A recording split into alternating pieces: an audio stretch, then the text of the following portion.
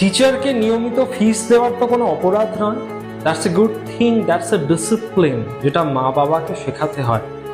এমন অনেক স্টুডেন্ট আছে যারা নিয়মিত ফিস দেয় না, প্রচুর মাসের ফিস দেয় না, মা বাবারা তাকে ফিস পাঠাচ্ছে, সে টিচারের কাছে ফিস দিচ্ছে না। অনেক ক্ষেত্রে মা বাবারাই টিচারের ফিস ঠিক করে দেন না, পাঠান না, এবং তারা মনে করেন দিস ইজ সো নর্মাল।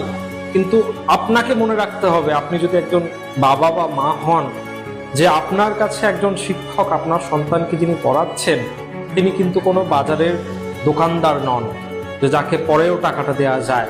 আপনি একজন টিচারকে ঠিক সময়ে যখন তার ফিসটা দেন, আপনি আপনার সন্তানকেও একটা দারুণ শিক্ষা দেন। সেই শিক্ষাটা হচ্ছে ডিসিপ্লিন, ঠিক টাইমে ঠিক কাজ করার শিক্ষা।